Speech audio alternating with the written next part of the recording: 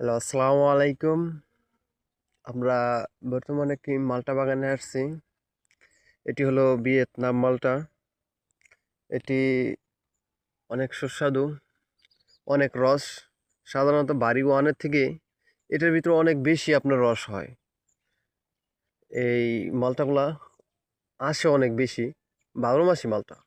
এটা আপনার এখন খেয়ে এখন যে খাবে তারপরে আপনার এই ফুল আসবে এর পরবর্তী সাথে সাথে গাছ সবসময় ফলনটা সবসময় গাছের ভিতরে থাকে, সিজনও অন সিজন।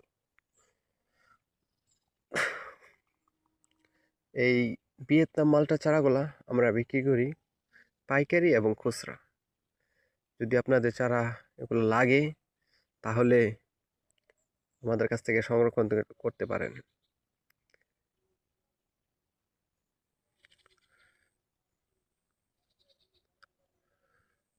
ধন্যবাদ সকলকে।